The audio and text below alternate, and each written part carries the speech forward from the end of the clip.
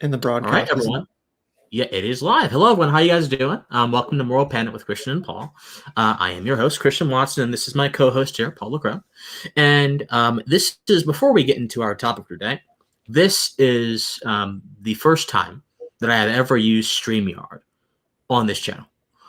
So if there are some technical difficulties or glitches or anomalies, please do not be alarmed, because I promise you I am doing my very, very best to make sure that everything goes right.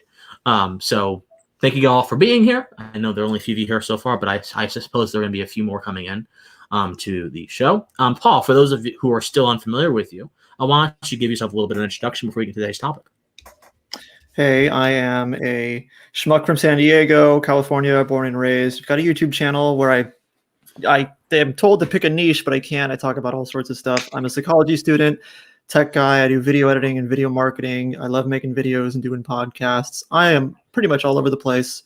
And here I am with Christian talking about whatever, moral panic, politics, culture. Yeah. Here we go. Yes, sir. And so, speaking of all of that, you know, when we conceived of this topic for this episode, it's the issue of privilege. And when we conceived of it, you know, I've interfaced with this issue for a very, very long time. I've had numerous encounters with people who both believe the idea that privilege is it's an expedient in society, and it's confined to certain types of people.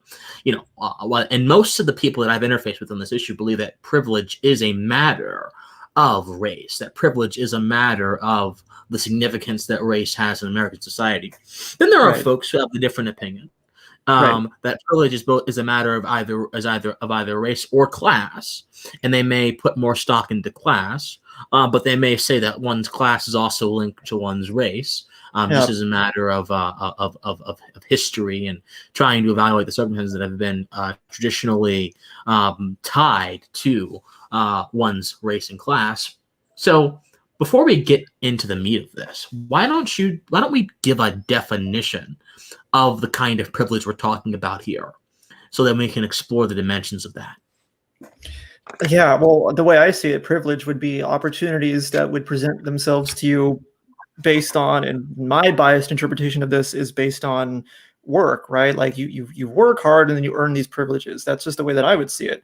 Like, to me, this bothers me because it's like I'm white and I'm male, but 5 years ago I would not be doing this with you. I wouldn't have the audience that I have. I wouldn't be able to do this. I was stuck in a rut. My life sucked. I wasn't taking care of myself, and it's like you're going to come up to me and say, "Oh, Paul, well, you're white and you're male. You've got all these privileges." So to me, my definition of privilege is like, I think it's a mixture. I think life is like a mixture of stuff you're born into and you're lucky for having it. Like, I'm incredibly lucky for living where I live, and a roof over my head, and access to clean water and great food and health.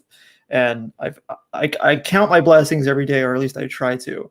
So there's that. And then there's also a mix of, well, okay, how are you going to leverage the things that you've been born into and the things that you're lucky to have, using those as tools, as a force for good. So my approach is like, I don't know if I deny that privilege exists. I think there is a modicum of privilege in everybody's lives, but it's like, how are you going to use it?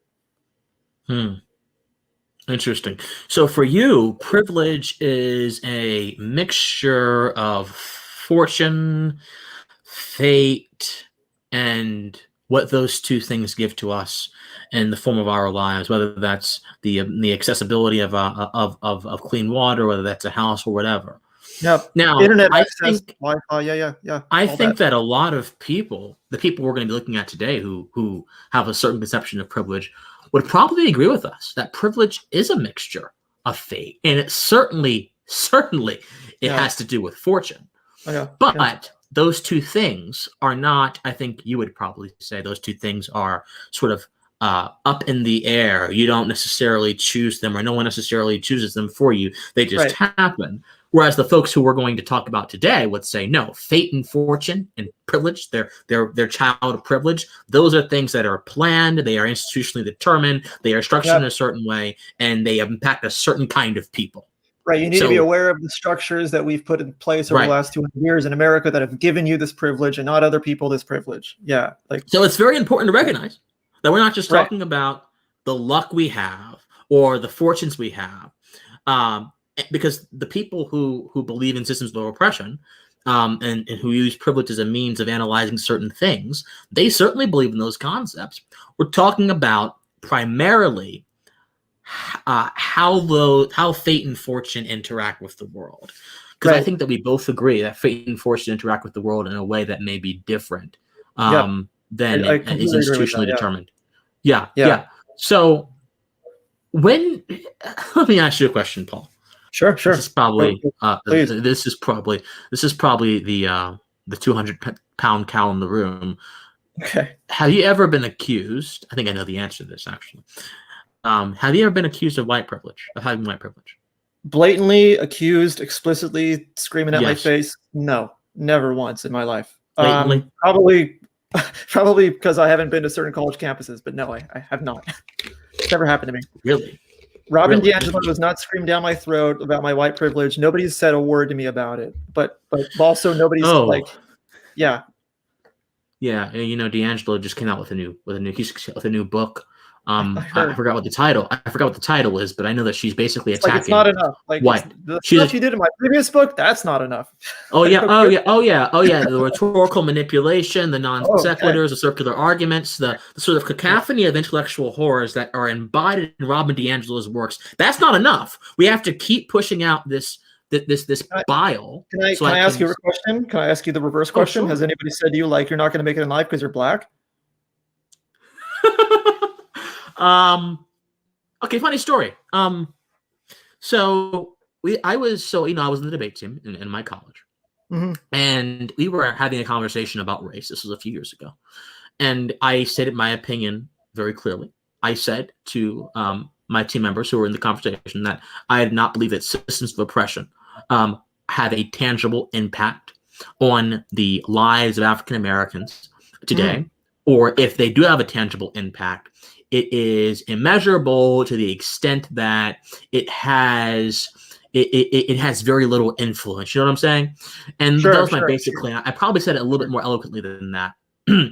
But one of my team members looked at me and he said to me, "Christian, when you walk outside of this room, those cops, they see you as a N-word. And all you are to them is a N-word. And all you are to society is a N-word. And no matter, even if you share their views, because there's this entire idea in critical social justice of being proximal to whiteness, right? And if you're proximal to whiteness, you hold views that are against your own race. So a black person who is a conservative for a critical social justice person is proximal to whiteness. So he said, even if you try to go and hold their views, Christian, you are still a N-word. So in a way, he was saying that my destiny is bound to my physiology. You're perceived as a certain way by a certain. In a way, he was saying that. Yeah. Well, that's my problem with this discussion of privilege, is that it assumes that if you belong to the category, let's say cop, for example, you are thinking of black people in this way, this terribly negative, horrible way, just by being in category cop. Every single cop, that person just assumed the thought process of every cop outside your schoolyard. And that's my problem with it. It assumes that everybody's experience is the same, whether you're quote unquote in the oppressed group or the oppressor group. Like, who are you to say that? Who are you to just make those assumptions about anybody? That's really my problem with it, is that it just assumes so much. Who are they? I can tell you who they are. Oh, I know. That's not a horrible question. But really, well. I don't think they're horrible people per se. I think they're I'm saying like people who would make assumptions like, oh, you're going to walk out the schoolyard, cops are going to think of you in this way. Right. All cops are going to think of you this way. Like, that was my point. Like, that person assuming. Right. I think that a lot of people who predicate their understanding of individual circumstances, like say Christian Watson going outside of a building and being seen by cops, they predicate their understanding of that circumstance, which, by the way, in that moment of them trying to articulate that circumstance is fundamentally abstract. Christian Watson has not yet left the building to go see the Right. cop. Sure. Christian Watson is still in the building discoursing with you. So you are kind of engaging in both an abstraction and a premonition.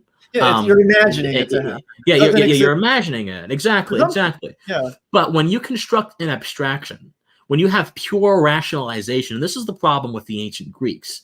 The ancient Greeks were pretty damn good at developing a lot of things. They had a lot of novel insights, but their scientific method was not at all a scientific method. The ancient Greeks were more into rationalizing things. They didn't necessarily want to do the measurable empirical work. And this is a point that one of the greatest political philosophers in the history of this country, Isabel Patterson, makes in her book, The God of the Machine, that they didn't understand that there's a practical reality, a sort of hook up to the energy circuit that we have to understand, we have to get to unlock the well of human flourishing. And so, but they didn't want to get engaged in any of that because it's very easy to construct a rationalization. It's very easy to construct an abstraction. And it's very easy to make an abstraction and a rationalization mean what you want it to mean. Right. It's very easy to make Christian Watson or any other young black man seem as if they are going to be dead in the water when they interact with any other concept that you have tainted. It is prejudice. It is a prejudiced assumption. They are biased. They are biased their assumptions towards people on the basis of not seeing them as people. Watch this, but seeing them as general ideas. It conveniently places people into a marketable category, oppressed. Mm-hmm. That's like the customer of this market, right? Oh, we got to sell these ideas to the oppressed group. Oh, hey, you know that you're like oppressed in these ways. Buy into our ideology, buy our books, et cetera, et cetera. It's very convenient. But it's not all. A lot of people think that folks like Robin DiAngelo and Michael Eric Dyson and these people who make money off of pushing this nonsense, and even Max Kendi, a lot of folks say that they are disingenuous, that they are grifters. I disagree. Or at least I haven't seen any clear evidence that they are grifters. Right. I think that's a measure of comfort for people who understand the absurdity of these ideas to say they are grifters. But I think that these people actually believe this stuff, and I think they found a way to capitalize on their beliefs. I don't think that Ibram X. Kendi would go through all this trouble, expend all this energy, expend all of this incandescent mental and intellectual energy into creating these books, going to these seminars, speaking here, there, everywhere, being a policy advisor, if he was just playing pretend. You don't play pretend in a way like this. You can deceive people, but they're being very honest. They're being very honest. And this goes back to the idea of privilege. So the idea of abstractions and cast people as abstractions go back to the idea of privilege. Sure. If we recognize, there are two ways we can look at privilege, okay? We can look at privilege as something that tangibly manifests, but has only a moderating influence, if any influence at all, on our everyday decisions or on our wills. Or we can view privilege as this determinant that is imposed upon us by external circumstances, by abstract causes, that we have very little ability to correct or change without ourselves engaging in certain policy or political goals. So you have the sort of self-deterministic, self-governance view of man. Then you have the sort of structural view of man. These are my terms, by the way. These are not terms that I've gotten from anyone. So they could be, these terms could be a little bit rudimentary. These are my terms. So between the structural view of man and the self-reliant view of man, or rather the self-reliant view of privilege too, sure, I find that both of them have the limitations, by the way. But the structural view of privilege is especially limited because it is a matter of custom. What do I mean? Institutions, Paul, aren't special on their own. Institutions only have their significance and their power for a few reasons. Number one, typically institutions that are integral to certain things, like, for example, the institution of the government, and it is my opinion, look, I have some ANCAP followers. They may grimace at this. They may grimace at this, and so that's okay. That's okay. The principle of the government is essential for human flourishing to exist. Well, not to exist. For human flourishing to proceed unabated by people who would seek to stop our flourishing. We can flourish independent of the government. I'm not a Aristotelian. Sure. We don't need the government to flourish. Right. But it does help to have a government structure around you, protecting your rights, protecting you in your pathway in life, allowing you to be unabated by the wolves. Now, the problem is the government doesn't do this most of the time, and that's when problems start to happen. That's a principle that is essential. As the natural law, many of the natural law theorists would say, and there's, of course, some disagreement about this, but generally they would say that our rights impose responsibilities on other people, and these lead to the sort of sociability of man.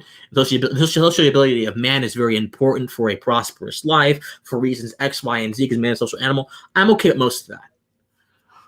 So that principle is indispensable.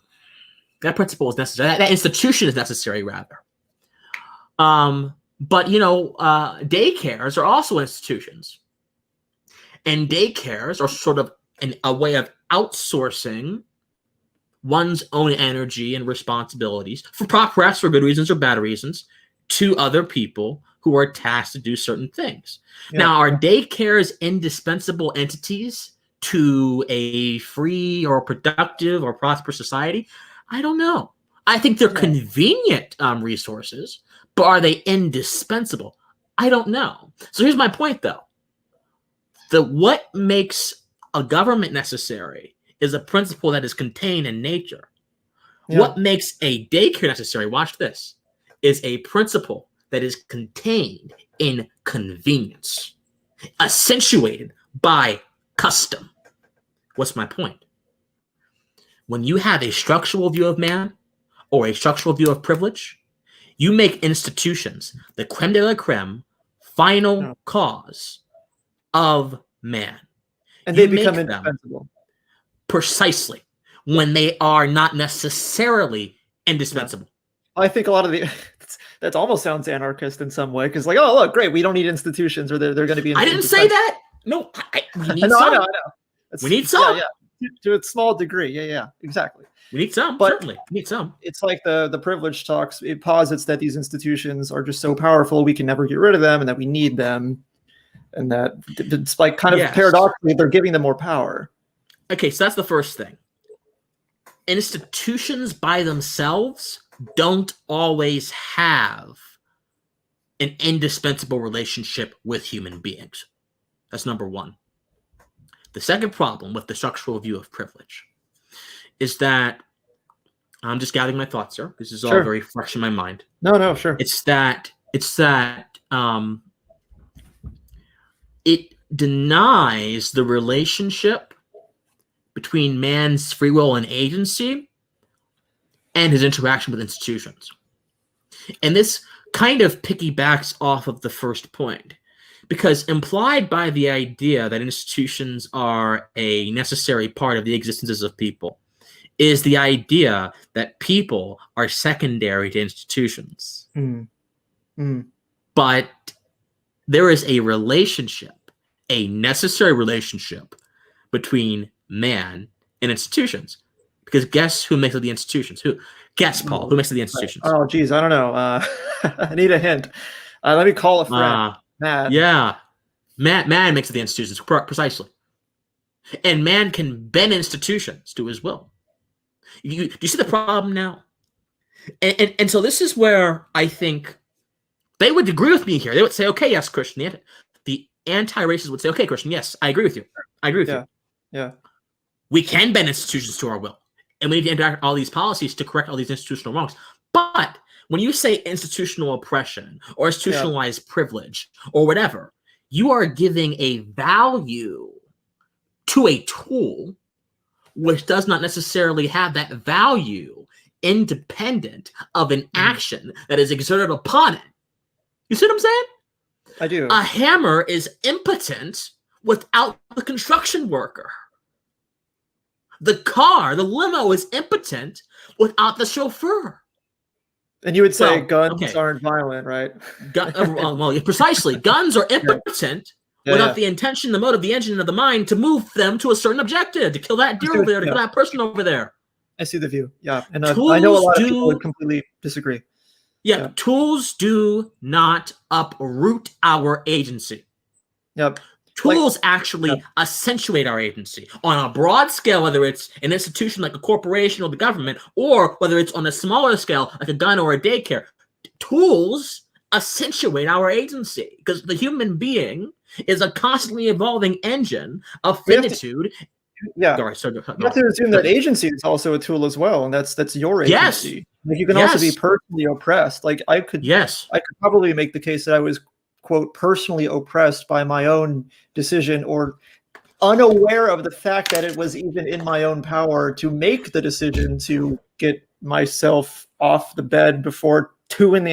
and actually do something useful with my time and with my life. I was, I suppose, my own oppressor in that. So when I think of agency, it kind of ties back into my point earlier about it being like a mix of things of fortune and things you're born into and luck, and then your own personal agency as a tool. But I say this to you, Paul. I say this to you. When what you just said would be characterized as victim blaming. Victim blaming? Like I'm blaming... Who am I blaming? I'm playing devil's advocate. Like, what? Well, what would they say? They would say that if you are I'm a black guy. Let's say I have a certain set of problems that are generally linked to systemic oppression, and I say, you know what? Maybe I'm responsible for my issues. Oh, I see. Again, that kind of stuff is a pathology, and for them, individualism and personal responsibility are pathologies that seek to blind your eyes spiritually from the oppression that you experience from institutions. There's always a convenient word for that argument. Right. You're having a moral panic. Oh, you're victim blaming. And again, implied in that view is that agency and free will, they don't matter. They don't have any role. But even if you don't agree with the idea of free will, let's put that aside, even though I think that it's essential to understanding human beings. Let's put that aside. Sure. If you believe human beings can act, whether their actions are determined by a set of genetic dispositions or historicals or whatever weird determinist bullshit, excuse my language, you believe, whatever weird determinist stuff you believe. So I don't like to curse, but that more than any other philosophical viewpoint, determinism just grinds my gears, man. It just grinds my gears, I swear.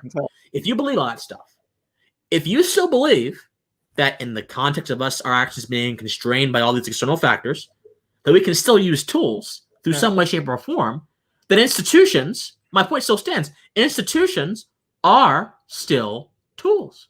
They are not sentient beings. Institutions do not oppress. People use them to oppress. Corruption is a force that exists that happens to happen to people and to people who run institutions. I think I can understand being upset about corruption itself, and like I'm upset of the corruption of YouTube and censoring Brett Weinstein. I'm not. I love YouTube. I love social media. It's a powerful tool. I love technology. I think technology is a wonderful force for bringing about great social change and like making people smarter. But I'm really upset with how YouTube is becoming corrupt by censoring Brett Weinstein, which is a separate topic, but that's a good point to bring up because it's like I'm upset with the corruption, but I'm not going to go and like say, oh, we can't have big social media platforms. We're always going to have big social media video uploading platforms, big alternative ones, but it's the corruption itself, which is good to acknowledge. But corruption itself isn't that's not the end all be all. It happens. It does happen. It does happen. So you're right about that. And what's happening to Brett is terrible, by the way. It's terrible. I know. You know, when a evolutionary biologist says ivermectin to whatever it's called. The I word. We got to shut this down. I don't care. Ivor or whatever. Okay, Paul. All right. He's now on their way. He's now signaling the thought police. They're coming now. Okay, so you just jinxed us, Paul. You just jinxed us. How do you feel? You've just jinxed this entire production. Open up. Okay, you're silly. you're a mess, but okay.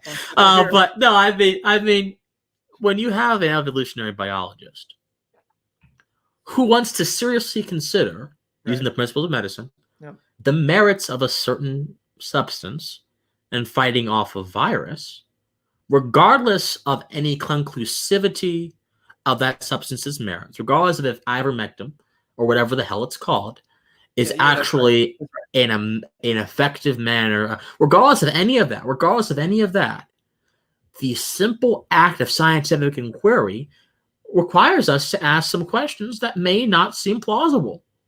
It didn't seem plausible for so many years. The sentiments of Galileo Galilei, in fact, he was laughed at. We realized that he was actually right. History repeats itself. He was actually Repeating right. history once again. I'm not necessarily sure if I like the pathway that certain individuals are going down, but I'm confident in one thing though. YouTube is an institution, while Google is the institution, but still, YouTube is the arm. But YouTube is not oppressing people. There are people who run YouTube who are oppressing people. The principle of YouTube is simply a platform that you can share videos on. Everything else, every other thing, every rule, every regulation is secondary to the first principle of YouTube. A video sharing platform, by definition, does not have the ability to oppress anyone. In fact, it only has the ability to accentuate people's ability to share things and connect. In principle. Now, when you get into practice and other things come into the picture, that's when things get a little bit hairy. My problem with the structural idea of privilege is that it confuses. First of all, it begins with a very wrong principle that institutions are sentient and have values, which misplaces the values and the sentience which belong to human beings, not institutions. And then it proceeds towards false conclusions from that idea. So it begins in the heavens. It begins up in heaven saying, well, these institutions, they are oppressed, they're evil, they're racist, without actually necessarily satisfying that. Then they get down to earth and say, okay, since we've established that the institutions are oppressed, these people have been impacted by these institutions, and therefore these folks are oppressed. We have to fix this. When your first principles are off, your entire equation is wrong. If the roots of a tree are poisonous, the fruit is not going to be very good. We could say Brett Weinstein's being oppressed. Look, he's got demonetized. Is he really being okay? I don't think. Well, he can't talk about what he wants to talk about. I mean, he can't get paid anymore. Like, adios. There's your money. Okay. Bye. So is my ability to express myself tied to how much I'm paid? Now, for Marx, it probably is. Marx probably thinks that it is, but he had a bunch of other problems with his philosophy. But no, I don't think my ability to express myself is tied. No. It's inconvenient. It's inconvenient, right? Now, look, under just basic ethical rules, YouTube has the right to do what they want with their platform. That's not what I'm talking about here. But sure. Just because you have the capacity to do something does not mean that it is wise to do that thing, right? So I have the right to go out right now and take a gun that I had not been trained in shooting, hold it with one arm, and just fire at a tree. But I could break my wrist in the process. So it probably is unwise to do so. So I think that YouTube has a right to do whatever they want, but it is unwise to censor someone who's trying to seek the truth about a pandemic that is still ravaging the bodies of so many human beings. Would you say that privilege is the same thing as power? Because when you talk about privilege, you also talk about power. No. Right. And this is a part of the structural view of privilege, right?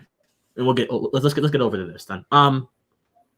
So let's recap this, because I posed two ideas of privilege, both the structural view of privilege and the self-reliant view of privilege. Sure. So let's recap the structural view so far. So the structural view begins with the idea that institutions are these sentient things that have values, or at least it treats institutions as sentient things that have values. Then the second part of the structural idea of privilege is that it treats the individuals whom interact with the institutions as secondary to the institutions, which is a misattribution. And then number two, it confuses the institution itself and the values they have with a sense of power, right? Mm-hmm. And the power comes from filling institutions with all these different values. For example, a corporation is typically seen as big and evil and menacing, and they're going to destroy your community businesses. You fill that institution with all kind of values, right? That may or may not be true in reality. It's actually there are many cases in rural America where Walmart is the only major store within 50 miles of the place. Yeah, how dare provide people? they They provide people a lifeline. Yeah. But again, the institutions are the ones that we need to focus on. Forget the individuals, the institutions. So, number one, it gives institutions a sense of sentience. Number two, it misattributes value between the individual and the institutions. And then it uses these two fallacies to reach a deleterious conclusion, which says that institutions necessarily impact privilege with certain levels of power. And so I think a good example of this idea is white privilege. White privilege emerges from those two premises, right? And just for everyone in the chat, and by the way, I am reading the chat. I'm going to read some comments on the screen very soon, so don't worry about that. But does everyone in the chat understand what I'm talking about? Have I explained the 3 steps of structural privilege, the 3 assumptions of structural privilege clearly? Because this is essential to the rest of the conversation. So I'm going to wait for people to respond in the chat, and you talk, Paula, while I wait. Have I explained it clearly to you? I think you've explained it clearly to me. I think you've touched upon enough key points for me to understand where we are in the conversation. Yes. This is the first principles. We'll get to the other things. Well, because all of this leads into white privilege, it leads into privilege walks, all of this. These 3 assumptions lead to all of these things. Different flavors of how it manifests. Oh, yeah. Oh, yeah. I think so. So I hope I've explained it clearly. Okay, good. People were getting it. People were getting it. Good. People were getting it. Okay. So I'm gonna recap just to be. I'm a careful thinker, just to be sure. No. Okay. Sure. Number one. The structural view of privilege, that privilege comes from power or whatever, and it is embedded in certain qualities of our being, whether it's skin color or whether it's wealth. The structural view of privilege anoints privilege. It treats privilege as if it is a sentient being, as if it is a living being. And number 2, in the process of treating privilege as if it's a living being, it assigns values to privilege that are more appropriate to the individual and to the human being, because privileges are not human beings.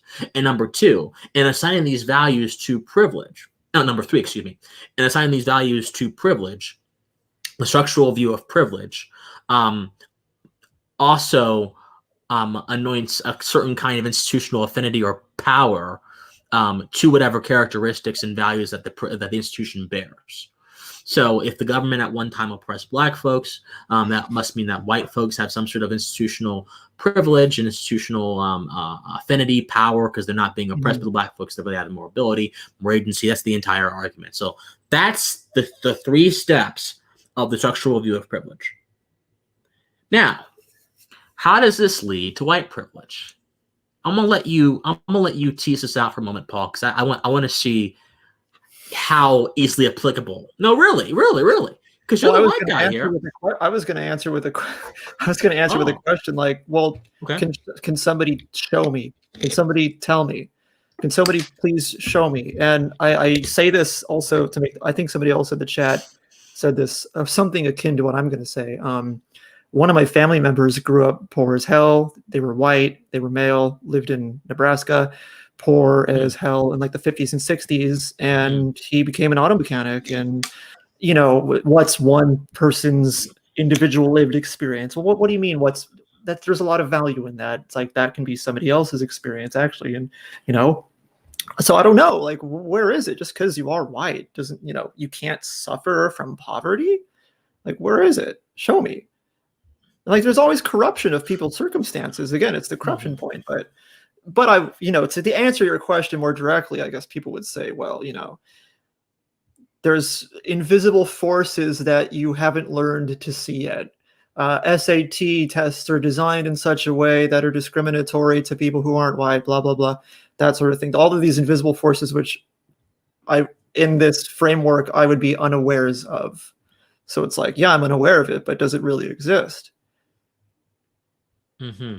Mm-hmm. Mm-hmm. Like Like a the white white privilege that privilege that has has me. me pushing brooms 5 days a week. Right. What is No, really, like Jesus Christ. Like you just assume that everybody's, well, the people who really shove this down people's throats, it's like you really just assume that every single human being alive who is white happens to like just be a wealthy son of a bitch. No, it's absolutely wrong. Right, right. So let me still man their argument before, because Paul, we're going to destroy this argument today. We're going to rip it from its foundations. I told you Finally. this before. I told you this before. It's already been destroyed many times, but Christian Watson is going to handle it. You know, when Christian Watson destroys something, it's different. So we're going to handle this argument today. But let me still man it first, okay? The proponent of white privilege, which, as we just established before, is someone who endorses the structural view of privilege, is someone who would say that having white skin doesn't mean that you'll have material bounty. You see, you're already shaking your head. Okay? Hold on. You got to be open to receive. I thought of something funny. It's fine. Oh, okay. You got to receive it. Having white skin doesn't necessarily mean that you'll have a material bounty. But what it does mean is that the amount of interference in your life from certain actors in society will be at least limited or curtailed, independent of your individual actions, than would be otherwise true for a black person. And these is examples like cops, right? Right. So yes, but hold on. Private. So let me give you the three assumptions. Okay. Sorry, guys. Okay, God do this, man. We want to be careful thinkers. We are pensive on moral panic. We're not. We panic, but we're pensively panicking. So I want to be very careful here. So the idea of structural privilege is what I contend ideas like white privilege and privilege walks come from. Mm-hmm. And so there are three assumptions that I have divined from structural privilege. Number one, it treats institutions as if they are human beings by assigning values to them. Number two, by assigning values to human beings, they have made institutions more powerful and more prominent in the lives of human beings than the human beings themselves. And number three, these values, some of the values that they have assigned to institutions, have been used to justify why certain human beings have a better life or whatever on the basis of their characteristics. So those are the three core assumptions of structural privilege. The idea of, at least so far as I have divined them. Now, I could be wrong, but I think I've done a pretty good job at being thorough about this and expressing this. Those are the three assumptions. And from these three assumptions flows the ideas of white privilege and things of that sort. So back to Paul.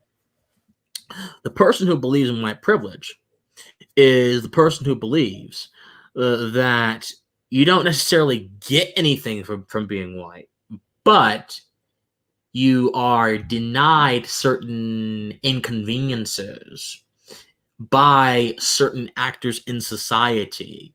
Mm-hmm. And whether that actor is the police or a person walking down the street, you're denied certain inconveniences that would otherwise ail and plague black individuals or people of color, as they like to say. I like to categorize them. And they say this assumption is evident in the sort of existence of racial profiling, in the existence of racial disparities, in the very long history, the brutal history of Jim Crow, and the black codes, and the voting restrictions that happened in the 60s, and which are allegedly happening now, which I think they're exaggerating and drawing false historical analogies, but that's a different story. That's what they say this white privilege can be immediately divine. I have just still manned their argument. So repeat their argument back to me so we can deal with it. Yeah, if I'm white walking down the street, a cop sees me, they're not going to bother me just because I'm white, plain and simple. But it's like I can not necessarily. But like, I'm not being interfered by the. I'm not being interfered. Like that interference isn't happening because I've heard that argument. According to someone who believes in white privilege, interference from social individual or from social forces, has less of a chance of occurring if you bear a certain complexion. There's not a certainty that it won't occur. And if it does occur, they would probably say, people who believe in white privilege, that it probably didn't occur because of your race. Sure. So Okay. Yeah. there's no certainty, as you posted, of you going down the street not being stopped by the cop. White folks stopped by the cops all the damn time. But they would say there's no certainty, but the likelihood, which is reflected in the statistical data, is much lower. That's what they would say. So what do you think of that? So how would you understand that argument? How would I hear the argument? I understand it. Yeah. What, like they would point to data that shows such and such people get stopped by the police because of these prejudices that people carry. I don't deny that I think people are always judging people by the cover. I think that's just what we do, psychologically speaking. Like, see, I always think of things like, I don't think in terms of just pure data or pure pure statistical data, because Jung would talk about like the lie of statistics. It's like it dilutes the real experience that people have. The point I really want to make, yes, it does. Diverging from this, is like people could start walking down the street no matter what color of their skin and just dress up like a hooligan, or saggy pants, backwards hat, whatever, wife beater t-shirt, whatever. Okay, stay away from that guy. This guy looks like trouble. We're always judging based on people's appearances. Like, you want to stay away from somebody like that because they look chaotic and they look disorganized. They look kind of violent. Like, everybody's seeing people like that on the street, but it's like, and people can like also attribute skin color to that too, which I think is wrong to do. But like, I don't deny people who base what people are going to do based on skin color. I think that's real, and I think those people are assholes. And so, like, I see that it happens, but it's not the end all be all. Does that make sense? Like, what I'm trying to get at is like, if I were to go, I know like, what you're saying. My appearance, and I'm just one person, so what does that matter? But if I were to just go and change my appearance and just dress up like a total, like, I look like I'm about to rob a Pizza Hut or something, then people would probably be prejudiced against me, and something would happen, I would hope. Yeah, there's a point that I want to touch on here about appearances and prejudices and everything, because the first part of what you just said seems to legitimize their point. You said that we judge people off of their appearances all the time. It just happens. Yes. They would say, yeah, that's true. And guess what? Those judgments are more graceful societally to white folks than they are to black folks. I just see it as a human universal, regardless of your skin color. That's just. And they may. Hey, I don't think they would. If you would agree to them that their idea is justified in that it is a human universal, they would say, okay, but it's wrong because these people believe that human nature is not fixed. Sure. The woke do not believe that human nature is fixed. They believe institutions and structures and how we live with these concepts. They believe those things shape our nature. That's what they believe. So they would say, yeah, it's a universal, and it's because X, Y, and Z. We got to fix this with policy. Well, it's like, how long does it take to really trust somebody? Like a total stranger. You don't know anything about this person. And so when we talk of like assumptions that people make about other people based on appearance, like there's a time element that we're forgetting. If I just met you on the street, regardless of however you're dressed or what you look like, I don't really know you. I'm gonna treat you with respect because you're another human being, but over time I'm gonna realize I'm gonna catch up on some hints based on your body language and the way you're speaking and how you're behaving in front of me. Is this person with whom I'm engaging with trustworthy or not? Do I need to get the hell out of here, or can I continue engaging with this person? We're always making those judgments all the time. And the white privileged person says that this is, for them, this is evidence of implicit bias.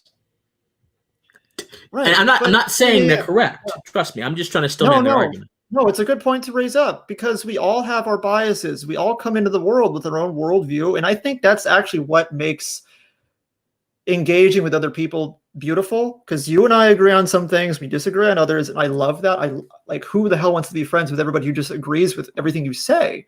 Right. We all have our bias. Like, seems crazy to say, but why can't we celebrate our biases to a certain degree that they're not harming other people? Right. As long as not being a jerk and being biased to people based solely on like skin color, for example, which is a horrible thing to do. why can't we celebrate our disagreements and like see how our disagreements play out in a meaningful conversation, in an engagement? That's how I see it. Oh, sure. Sure. No, that's right. I think that's absolutely right. And again, I'm not endorsing these arguments. Sure. I'm just No, no, trying you to can explain. devil's advocate, whatever. So Yeah. So let's look at what we established so far, because I'm about to destroy this. I'm about to destroy this brick house. It needs to come down already. I'm getting sick of seeing it. I'm getting sick of seeing the results of it. So let's just get these premises down. So the white privileged person believes that white people have a reduced chance of being interacted with harmly by individuals in American society by virtue of their skin color, Sure. because their skin color has been historically and institutionally, in their words, associated with power, with things that are not necessarily detrimental. I'm trying to explain their views to their existence. Please, whereas Black individuals or other kind of people, their histories have been marred with all this kind of stuff. That this is the view of the white privileged person, right? Yes. Well, John H in the chat raised a good point. Like, offended is now harm, and then my question would be like, how do you define harm? What constitutes real harm? We will get to that in a few seconds. So I thought that was a little bit related, but so we'll get to that in a few seconds. The concept of harm is a very interesting philosophical question, by the way. But we'll get to that in a few seconds. Okay, let's handle white privilege. Sure. All right, I'm going to try to give 3 points, 3 reasons as to why I think what I just described to you, white privilege, is a heavy heap of nonsense. Okay? I'm going to try. This is all on the spot, though. I thought about these arguments before, so if I mess up, you got my insurance card. You should be able to mess up all you want. We should be allowed to mess up, make mistakes. Yes, we should be. No one's perfect. Okay. Seriously, yeah. Number 1, the same problem with white privilege, or the idea of white privilege, is the same problem with giving human qualities, personifying institutions. It misattributes and misplaces the proper place of values and desires. Whiteness, as understood by the person who believes in white privilege, is not merely a skin complexion. It is also an example of precepts that allow people to maintain power, which is why a lot of white privileged folks will say that Asians are white adjacent because they're doing well. Yeah. So the same problem with the core animating assumption of white privilege is that it misattributes human desires to an impersonal, almost inhuman system. Mm-hmm. I can't understand human beings without recognizing that the tools of human beings, institutions, i.e. institutions, is a result of their genius. Mm-hmm. But when I assume that history or institutions, like Marx assumed, dominate us, dominate our genius, control us, when I assume that, I am no longer looking in the right place. That's premise 1. They're not looking in the right place. White privilege is a misattribution of values and desires. Number 2, in their misattribution of values and desires, get this, in their misattribution of values and desires, the concept of white privilege also denies the necessity of seeing history not as an organism, not as a deterministic force, but as a record of incidences that don't necessarily have a bearing on our destinies. Mm-hmm. What do I mean? Let me explain. Throughout the philosophy of history, there have been people like Spengler, and my people may not be familiar with Spengler. People like Spengler who have said that history is this single grand organism. It's this single thing. It's this process that begins in this certain place and will most certainly die on this other place. For Spengler, there would be this super organism of history that would eventually consume all of history, and it would die. Civilization would die inevitably. The death of civilization would be most certainly inevitable. For Marx, history was a struggle of conflicts that would eventually come to a head, and the proletariat would usurp the bourgeoisie and rise up and take back control. Again, history has a point. It begins in the fires, in that dirty, fiery, miasma of conflict, and it ends in the death of something. Right. Watch this. For the person who believes in white privilege, most of them at least, it began in 1619. It accentuated throughout the Civil War. It accentuated throughout Jim Crow laws. It accentuated. Then when it was abolished, it transitioned to a social force, even though it's the impacts of the governmental force still being felt, in their opinion. And that social, this is historicity, that's right, this is historicity. And that social force has now infected people in so many institutions. And the goal is to root out this privilege by recognizing implicit bias, by obtaining an anti-racist society. And when you obtain an anti-racist society, something has to die. Right. Are we seeing a pattern here? We're seeing a pattern between Spengler, between Marx, and between these white privileged people. I see a lot of. Are we seeing a pattern? Okay. Revolutionary speak. It seems underneath the hood. It does seem like revolutionary speak. And my problem with the Marx thing is like, well, you're always going to have somebody in power, even if it's the good guys. And the good guys, hey, you think they're not going to become corrupt one day? Corruption. Nobody's immune from corruption. Right. Okay. So we've done a few things so far. We've established that white privilege, just like structural privilege, misattributes and wrongly personifies institutions. And we define so far that white privilege has a view of history that usurps, that treats history as it treats institutions, as a personifying force and not as a record. So we see so far that white privilege is built upon two primary falsehoods, and those falsehoods of the same family, the falsehoods of misattribution. Okay, this last one's going to take it down. This last one's going to take it down. I've kind of built up suspense. By engaging in two types of misattribution, the believer in white privilege has doomed their concepts to an overgeneralization flaw, because they have neglected, through their misattributions of institutions, through their misattributions of history, they have neglected the very real and tangible role that human action, free action of human beings, dynamic action of human beings has had in shaping history, in shaping the modern world, and in shaping our destiny. And by rejecting the very real impact that human action and free will have had in shaping history and shaping our individual destinies, you are essentially rejecting the ingredient to understand the root of every single social interaction in America, at least. And even in the world, I would argue. Although I can make an argument for America much easily. What do I mean?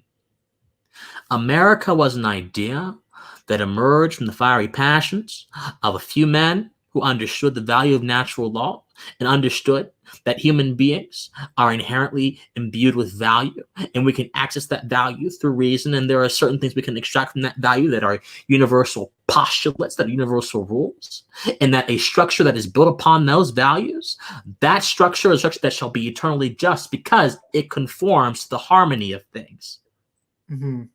But that value of natural law can't exist. It can't exist. It's impotent without the desire to actualize it.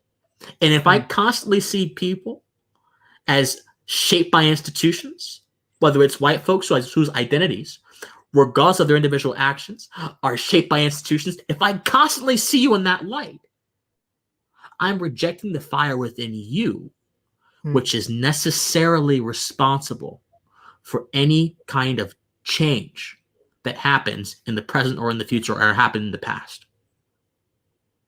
So we've established so far that white privilege, it misattributes and personifies institutions. It personifies history wrongly. And it, by doing these two things, rejects the very fundamental role that human action and free will have had in shaping our current world and throughout the course of human history. And by doing those three things, white privilege has rendered itself not only a false ideology, but an existentially dangerous ideology, which seeks not to only undermine our agency, but to undermine the very fundamental uniqueness that makes us who we are. That is why I oppose white privilege. All right, I just spoke a hell of a lot. No, not at all. That was a lot. That was a lot of mental power. So you go ahead and speak now, Paul. I'm getting tired. Well, it reminded me of a point from somebody else I know who is very wise, and thank God she still has her free thinking abilities at hand. For reasons I'll leave unannounced right now. She went to a certain university. She told me that essentially what we're discussing, like labeling people into two categories and white privilege, to make a long point a little bit short, it removes nuance. The end point you had right there is that it removes the beauty of what makes us unique. Mm-hmm. Sure, oppression, whatever, these horrible chaotic forces within human nature, acknowledge it exists, but don't acknowledge it as the end all be all to what we are. The beauty of the human soul, the roots of the human soul, those things are there. See, when you were speaking, I was thinking of this sort of visual this visual image in my head of, like, you spoke of roots. I imagined a tree, right? The roots of human nature. What we see are, you could say leaves fall. Let's say this is like a racist leaf, and it's somebody's like horrible racist tendencies. That's just a leaf. That's what you see on the surface. But what is attached to that leaf in the veins of the tree, going down into the soil, in the roots? Yeah. We're only focusing on a surface level problem, and it is a problem, but it seems so obvious. Like, what is going on at the deep roots of human nature that is causing this? Racism is a manifestation of something deeper in the human psyche. The way I see it is, it's a manifestation of the corruption of the soul. It is a problem. It's terrible. Okay, just fight it. Okay, but focusing on just these surface level institutions and very impersonal forces at play. Why aren't we digging deep into the roots and figuring these things out? And how do you do? I'm not smart enough to say how you're supposed to do it. I can merely point. I think, like, just point to the problem. But the problem's not here. There's a problem. Where is that problem originating from? Like, maybe it's not here. Say it again. You said you're not smart enough to determine how we're supposed to fight racism. Well, yeah, I can't tell because it's such a complicated thing. I mean, I can't. No, it's not. No, it's not. Intellectuals. Sure. I get what you're saying. No, intellectuals have convinced people that it is so complicated. Intellectuals have convinced people. Well, unbrainwash me. Oh, I don't think you're brainwashed. I just no. You are woke in the right way. Woke in the right way. I'll take it. Yeah, and the right way. Yes. I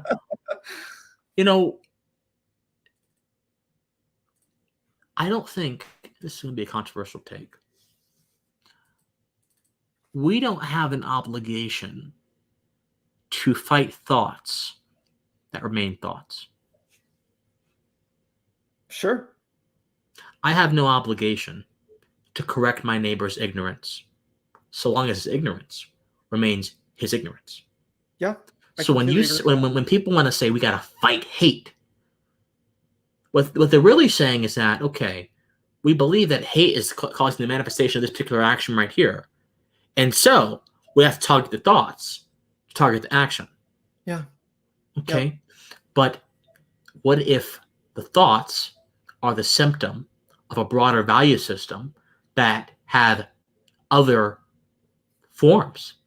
Let's say that you have a very a person who is just very, very mean, is just very rude and just very angry person. Yeah, yeah. And let's see that racism is one of the forms of their manifestations. Yep. Okay. When that goes away, what happens? What if they just go to another one? You are wasting your time by trying to fight thoughts. You cannot fight abstractions. You can only try to abate material actions. Stop trying to fight thoughts. Racism fundamentally is just a thought. A thought that is sometimes translated into some very nasty actions. Sure. But is a thought. No, well, yeah. This is the kind of I don't know, Theon. I don't know about that. Well, look, it depends on the context. If it's a political context, then hell yes. Because in political context, we're fighting over who gets the ability to control me and use force against me. Yeah, okay, I'll fight. Okay, yeah. Sure.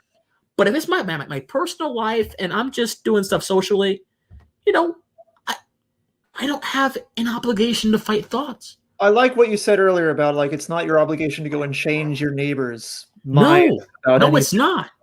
No. But silence is violence, don't you know? Yeah.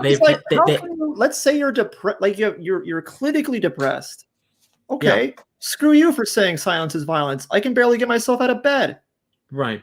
I don't have time. Right. I work like let's say you work like 48 hours a week, sweeping up a grocery store. Jesus, you got stuff to deal with. Like you can be in that situation and still, yeah, really. Yeah, you can by being. I think by being just a regular good old person, you are at least not being one more horrible person. It's a very small modicum of good in the world, but that's really good. It's just a very small modicum of good in the world. You're no longer spreading hate and harm just because you're not going on social media and making infographics and putting stuff in your Twitter bio. You're just doing your job 48 hours a week. It's really hard. It's tough. You're working a service job. Like that's just the best you can do. Good. Be proud of that. You don't have to go and like start a revolution. Right. And I'll say this much as well. Silence is violence. All that means is that you don't agree. You don't speak up in favor of my political views, and therefore you're doing something evil. But of course we understand why this is illogical, because this viewpoint confuses inconvenience with evil. Freedom of conscience is one of the inborn qualities of man, and it is one of the essential qualities of man. Man cannot survive without being able to think in a way that conforms not only to his circumstances, but to the fruits of his nature. And the fruits of our nature is reason. Reason is actually the highest fruit of our nature, as many of the great philosophers have stipulated. So if I cannot exercise my conscience in a way that is conducive to my reason, I cannot operate in this world. My vessel, my car breaks down, it sputters out of control, it blows up, it dies, it's impotent, it's gone, it's eviscerated, it's just destroyed. And I'm emphasizing this for a very important reason. Sure. So the idea of silence is violence says, okay, no. You need to only exercise your reason in a confined way that agrees with me, or you're evil. Well, that's confusion of terms. No. Evil is not that. Evil is something that is much more nefarious, a little bit more abstract, a little bit more elusive than that. Evil is not me exercising my conscience in a way that is conducive to my reason. That's not evil. That's actually the height of virtue. So that's why violence is a bad idea. And that's why I'm going to clip that part I just said there and make it into a smaller video. Because that was good. We are that. Yeah. Christian the clips guy. Yeah. Simultaneously. Yeah. Okay. So So I'm going to read some comments and then we can go decide some things because I know you got to go very soon. Sure. But, we should get some comments. Yeah. Go let me give you some comments because I don't want to. I don't want to ignore anyone. I got a few. Okay, let me go all the way back. Okay, someone gave me some money. Okay, Theon. Okay, sorry I missed this. Already told Gothic my friend believes white privilege. She invalidated her life by saying if I were a POC would have been worse. Thanks for the shout out. Yeah, look, your friend needs some self-esteem. Sorry to say.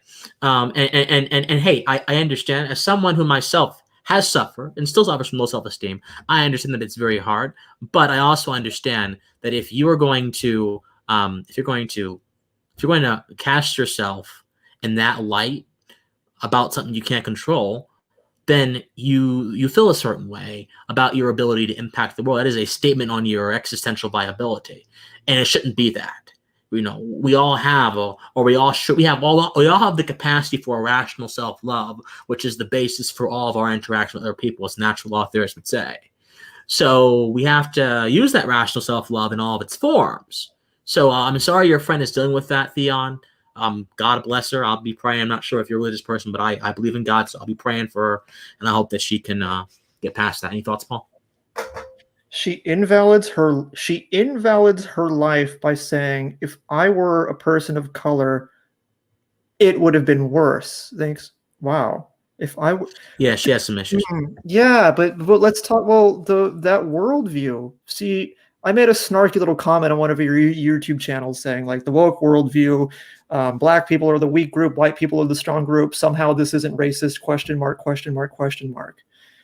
It just seems like such a promiscuous way of perceiving the world, and there's no room for beauty. As I mentioned, I feel bad. Yeah. I can't help but feel bad for that. As I mentioned, when you are in this environment in which you are convinced that institutions and history both have personal qualities, and those personal qualities overtake you, then there is no place. There is no place for anything else other than what those personal qualities have to say. Can I say something? Yes, please. Thanks. They said something else. My friend is motivated by guilt, but claims she is a critical thinker. So I thought of suggestibility. Aldous Huxley used to write about suggestibility. Suggestibility plays a key role in the degree to which you are influenced by quote unquote gurus. Everybody's heard the story of somebody who's been like down in a rut financially, and they buy into some multi-level marketing scheme because it looks like a rose-colored path to wealth, right? You're not really thinking about this. Actually happened to me once. This actually happened to me. I got sucked into some multi-level marketing scam because I was only focusing on how I could make more money, and I was very suggestible to those ideas, and I fell into that trap. I think something is going on with these privilege-based worldviews, and there's a lot of guilt and shame involved in it. That's just my observation. I think what I'm seeing is that a level of suggestibility. And if you're low in self-esteem and you feel guilty about that, and somebody says something to you about white privilege, and you can get sucked into that quite easily. Yes. So, I mean, this is why privilege walks exist, right? To assess how much guilt you should have based on what material bounty or what metaphysical bounty, whether you're white or whatever, you have. And that's why they exist. And of course, as I mentioned before, is this sort of glorification of structures and this sort of demonization of the human being, which misattribute, which in being a falsehood cannot arrive to any true conclusion. So not only is that conclusion again untrue, it provides a practical harm, because when you don't recognize that the human being is motivated by is constituted and regulated by a science of some kind, a certain kind of science of the human being, then you're leading someone down to a path where it can become inoperable, they can become impotent, they can become just out of commission. Yeah, you feel bad for. I just don't like worldviews that make you just feel bad. It's just plain and as simple as that. Neither do I. They feel bad about the right stuff. Like I'm also a big fan of tough love. Yeah, of course. I love, like, come on, lift that weight one more time. Come on, don't be a don't be a bitch. Well, like, okay. Okay. Yeah. I'm a fan of that. I would violate the non-aggression principle if you start talking to me like that. I'm sorry, man. I would violate so much. Ooh, that's why I can't deal with personal trainers personally. If they start talking to me like that, I'm gonna end up the thug in me. The thug in me is gonna come out. This pensiveness is gonna go away real quick. Ooh, okay. God help me. I don't want these good folks to see that, man. They don't want to see Thug Christian. He's not a very nice person. He's I can't help but feel bad that that's happening to people. Yeah, it is fundamentally unfortunate. But yeah. Example, she wanted her She wanted her neighbors to keep the noise down, but did not want to call the cops because I I don't don't want. want my Dear neighbors to get killed. God. Yeah. Well, Jesus, I what if mean- somebody's robbing their house? Oh, I don't want. no, it's fine, Vianney. You're not hogging anything. And Not hogging anything. perhaps I shouldn't say that because that might be insensitive. It's just some snarky thing, but I get that's not good. Now we know how to rile Oh Christian dear. up. Yeah. Oh Get him God. in the They know gym. my secrets now. Oh God. Yeah. No. Okay. No, you're not hogging the chat. You're not. Yeah, no, you're not hogging the chat now. Yeah, okay. Now you know how to rile me up. Oh well, it's evidently if you watch my videos, it's very easy to rile me up, as you can possibly see. I get very animated very quickly. Well, you don't do it falsely. You don't do it. No. I never sense dishonesty. I never sense production. Like there's the thing with political discourse is like there's a lot of production value and entertainment value and clickbaity stuff, Yeah. but with you it seems Sure. honest. With you, it Sure, seems absolutely. All right, Paul. So we have a few more minutes left. Okay. Let me pose an idea to you. If you want to say no, it's perfectly fine. Although I think this guy knew the dynamic to the thing. Do you want to maybe take one or two quote unquote calls? As in, someone joins the stream and talks to us for we cap it at 5 minutes or so. Sure. Would you like to do that?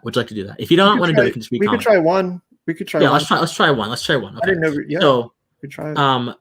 So guys, I'm copying this not Discord. God, my mind's in the other place. I'm copying this StreamYard link. I'm gonna put it in the chat. We only have time for one person. So we're gonna do this. Yeah, sorry. The first it's my fault. person, I'm gonna go. the first person who pops up on my screen, I'm going to let in. If you don't pop up after then I'm sorry. But we will have other streams where you can come in, and we'll have maybe we'll devote a portion of the stream to having call-ins. But we're tight on time right now, so I'm gonna post in the chat right now. And the first person to come, I will let in. Everyone else, I'm sorry. And if you disagree with anything, be our guest. Oh, especially if you disagree. Yeah, especially if you disagree more than a disagreement, man. I love it. Especially if you disagree with us. Especially. Yeah. If you don't, fine, whatever. Especially then please, I would appreciate. Okay, we got a first one. All right, guys. Sorry. Hello. Well, hello there. How are you, Bill? I'm good. Good to be on here. I do a little show myself. I was actually trying to do earlier, and my OBS shut down on me, so I got to watch your show today. Oh no, that's not good. That's why we're here. We hate OBS. Yeah. Oh, that's awesome. Well, Bill, what would you like to talk about? What's up? No, I really like the stuff you've been doing, Christian, and I tend to approach things from a Christian, first, second century Christian metaphysical perspective on my channel. Wow. So you're going through things in a very philosophical, epistemological perspective. And I try to think about this in the nature of the world and how God set it up. And I feel like a lot of these people are just rejecting the reality of nature and the way that God has set forth things to be, and they're trying to be gods themselves. So like Tertullian, you like people like Tertullian and people like that, like sort of old Christian thinkers and theorists. Right. St. Augustine. Although I'm pretty sure he's not second century. I forgot what century. Tertullian, I believe, is third century. Yes. Okay. Tertullian. So yeah. Yeah, but I like all the ante-Nicene fathers pretty well. So wow. In any case, so that classical liberalism, big fan of guys like Bastiat and de Tocqueville and stuff like that. So, that's very much how I see it, though. We can get into the weeds about the more academic language of it, but I think for a lot of people, if you just keep it pretty simple, in that these folks and the critical race theorists are essentially trying to remold and remake the world. And another thing I left a comment in there is that there often tends to be there's a false dichotomy between what we perceive as the left and the right, between collectivists and individualists. Mm-hmm. And the reality is that there's no collective without an individual, but all individuals are social creatures, so we have to be within a collective. So I always come back to Dunbar's number, and that we can only know so many people, and we can only have so many personal relationships with those people. And with that, once you are scaled up so far, there's no accountability. So these folks want this system implemented all across the globe, all across the Western world, whatever. But how are they going to maintain accountability without there being corruption coming into their system? As we're currently seeing, I believe, in our government now because it's so overbloated. Sure. And this is what a lot of the 17th century natural law theorists are talking about as well. You know, Grotius talked about in The Law of War and Peace, which was translated by Richard Tuck to mean The Rights of War and Peace. He was talked about the sociability of man and how self-interest, self-preservation, and rational self-love, those words are kind of tossed around by by the natural law thinkers kind of interchangeably, are the basis for what eventually becomes sociability of man. And that since man's a social animal, we do have the need to have people in our vicinity, but we should never do things that would violate the preservation of ourself. And I think that a lot of the woke people will look at the self and validate the self and see the self as a part of this broader unit that needs to be extended, overreached, and sort of stretched like an elastic waistband around the world to sort of achieve their goals. This is what I think Vogelin would call the emanation of the eschaton, you know, this sort of desire to put their idea of heaven into the earth and to change the laws of the earth in accordance with their ideas of heaven. And of course, we understand why this doesn't work, because when you mix oil and water, no matter how much you think oil and water fit together, even if they look good, you know, they're good buddies, they don't work. When you invalidate the principles of nature in the natural world with the principles of the abstract world, it doesn't work. Right. And you kind of made that point earlier about about arguing against abstracts. And I think another thing where liberty-minded folks fail is that we're generally not making emotional appeals. We're trying to, as Paul said earlier, he's talked about the data, and you kind of talked about that. We can't make fully data-driven arguments. We want to show the evidence for our argument, but the reality is that emotions trump everything. Human beings are emotional creatures, and we make all of our decisions based on emotions. Mm-hmm. So yeah, do you know your data is pointing to what you think it's pointing to? It's a very difficult problem with statistical analysis. Yeah, I would agree. And well, that always goes back to confirmation bias and also backfire effect, where you present data to somebody and they just reject it out of hand because it is not what they perceive in their worldview. And for a lot of people, it isn't until they're brought down. I think of someone like Carrie from No Safe Spaces. So she got brought down to a point where she finally rejected her woke ideology. To some degree, I'm watching this with Tim Pool. Not that he's really a woke person at all, but he's changed a bit once his thoughts and beliefs, let's say on the Second Amendment, have been pressed a little bit. He's changed a lot on that. And so at some point, people have to pay the price for their beliefs. And part of what leftism does, it tries to remove that, and that allows libertinism, and it infantilizes the entire society.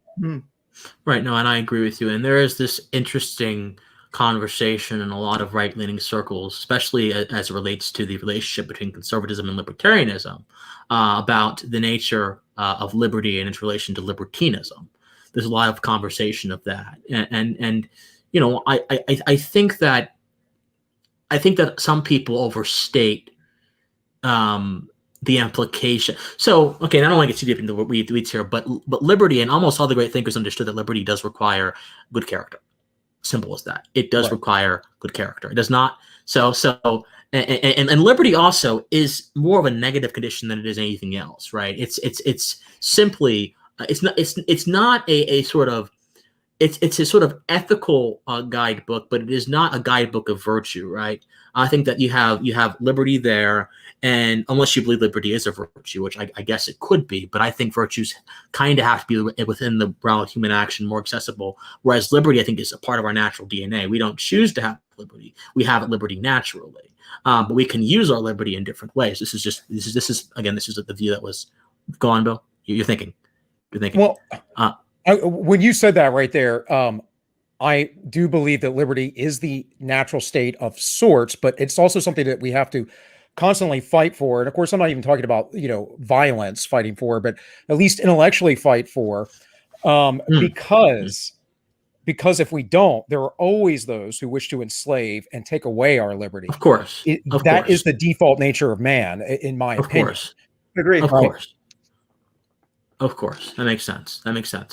Well, Bill, you are fascinating. I had no clue you were watching my stuff. I am blessed. I'll have to reach out to you, dude. I have two different channels. Please. I'd love to have you on one of them. Please. The philosophy stuff, really getting deeper into it, really helps me get away from some of the the culture war stuff sometimes, which is very nice. Well, yeah, and that's what I try to do. Keep it in simple terms. I know you're a very heady, obviously very intelligent young man. Oh, So I appreciate. I don't know about No, man, that. I saw you on Adam Friendage's stream, and you said you were 21. I was like, Yeah. good Lord, That's 21. nice. Yeah, I'm 40. Thank you. I'm 40. I've taken a long time to figure these things out. So You look great for 40, my friend. Man, Well, I appreciate taking it. care of yourself. I swear. appreciate Well, it. look, thank Yeah, you that for was your fun. viewership, Yeah. man. I should have more time with you. Yeah. Yeah, I wish we did too. Please reach out and Yeah. maybe we can have you on a show. We could talk longer about these kind of things or a topic or something like that. I would appreciate it. I'm sure Paul would appreciate it too. Yo, definitely. There's stuff I want to ask you too. Yeah. Sure, Yeah. certainly will. And I think the best thing, especially for smaller channels, is to make these alliances and build up. And this is what we have to do to fight these evil ideologies. We really do. Right. That's right. Yeah. I agree with I you, man. appreciate you having me on. No problem, Bill. You have a nice day, my friend. Okay. Thank you so You much. too. All right, and reach out, please. I'll see you. Yes. later. Bye. Yes, sir. All right. Oh, that was a great call. That was very nice. Yeah. I wanted to ask him about some things. Yeah. That was- No. See, that's the kind of people who are watching us. I mean, it's just brilliant stuff. Really brilliant people who are honest, who have that drive for passion, that fiery drive for passion. Discord, yes. Okay, hold on. I gotta post it before we go. Oh yeah, the Discord. That's the kind of people who are watching us, and I just Going down on I'm the humbled. cord. Yeah, no, really. Going down on the cord. Okay. Down on the cord. You know, Paul, this was a pensive stream a few minutes ago. Now you're making not okay. You guys have all been Oh, awesome. boy. You've been awesome. Oh no, you I guys have been appreciate awesome. the Well, that's my audience. Discord, Yeah. guys. I'm not sure if that's working. I'm not sure if the link works, but that's my Discord. Please feel free to join it if you have Discord. 24/7 access to Yeah. Christian Watson. Yes. You'll be able to talk to me. You'll be able to see, meet me. Me just Video be a updates, silly- updates when videos go video out. updates. Me be a silly young man in general. Me constantly call Paul man of faith. That's right. All right. Well, look, fun. guys, you've been excellent. I look forward to next Friday. Two too. announcements. Wednesday, I'm going to be right back on here on StreamYard. I'll have a much more sophisticated overlay, and I'm going to be doing Pensive Politics. I don't know what time Wednesday, but Wednesday is when it starts. So it's going to be a Wednesday, Saturday, and Sunday show. And we will have some exciting guests on the Sunday show. On Wednesday and Saturday will be monologue shows. So you'll just be seeing me talk about news and stuff of that sort. Other than that, my friends, I hope you have a very happy 4th of July. I will be making a video about 4th of July. I'll be making a video about it, and it'll be hopefully very passionate and inspiring, and hopefully it'll speak very positively, very truthfully rather, of the merits of America's first principles. So, my friends, I love all of you, and please, as I always say at any broadcast, stay pensive, guys. I love you. Bye-bye.